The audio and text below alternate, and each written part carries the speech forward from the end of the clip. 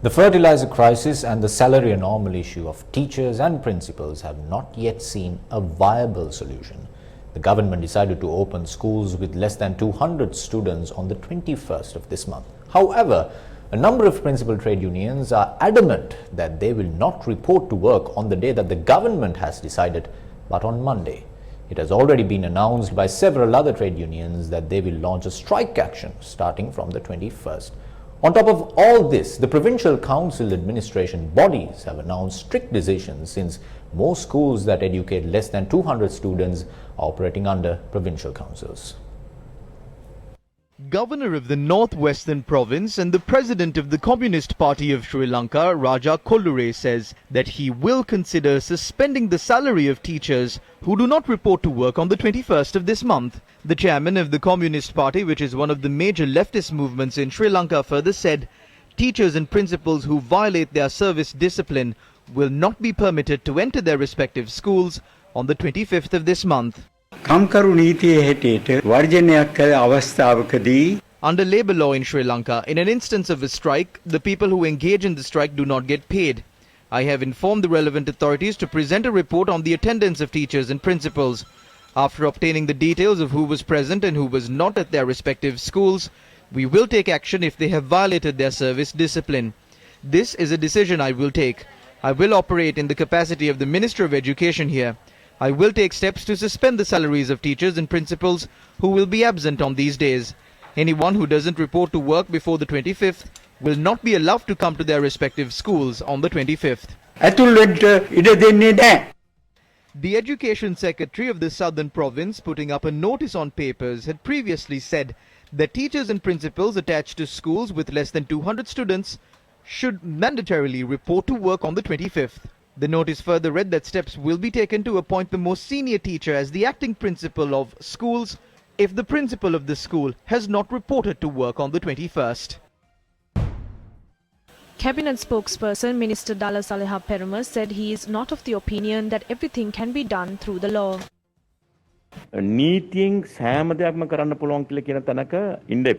Do not think that everything can be done using the law. There are things that can be done using the law, and there are things that cannot be done with the law, especially when speaking about teachers and principals. We don't believe that their issue can be solved through oppressive measures. It is clear that we as a government are not of that stance.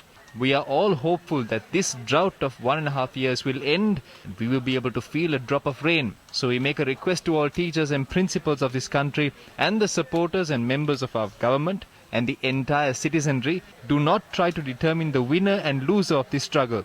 The winners of this struggle should be our children.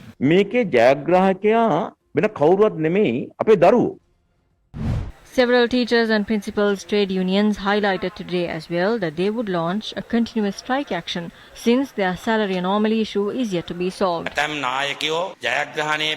Some leaders have changed their trajectory even after seeing victory. This is extremely sad. Taking extensive measures to provide more strength to the struggle is what should be done. But if the trade union leaders do not understand that, the fate that will befall them would be tragic. Therefore, we will continue the strike action that we have announced.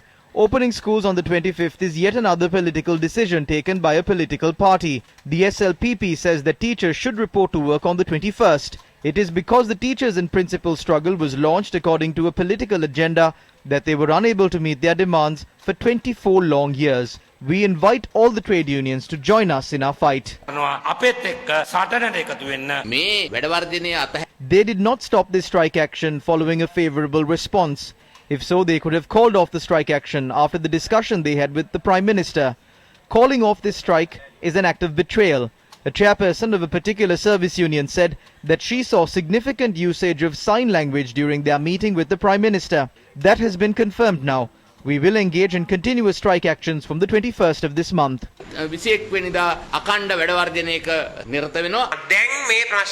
It is not the political trade unions that carry out this struggle anymore. Now the government has a good opportunity to solve this matter. Most likely these unions will come together on the 21st or the 22nd. We are hoping to hold discussions on that.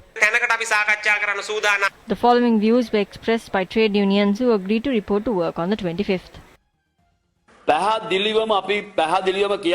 We have to be clear about one thing. Our struggle will continue. Who is saying that we betrayed the struggle? The same people who try to separate the teachers and the principals. We will launch a strike action when teachers of the fourth tier join us. We do not have the need to go forward with only one faction. We have humbly requested the Cabinet Subcommittee report as part of the Subodhini Committee report. We will strengthen our struggle furthermore if the total payment is not given to us. We will take strict action before this government presents the budget on the 12th of November. මැතිවරණ වර්ජන වගේ ක්‍රියාමාර්ග සියලු වෘත්තීය සමිති කමක සාකච්ඡා කිරීමෙන් පසු අපි තීරණයක් කරන් ක්‍රියාත්මක කරනවා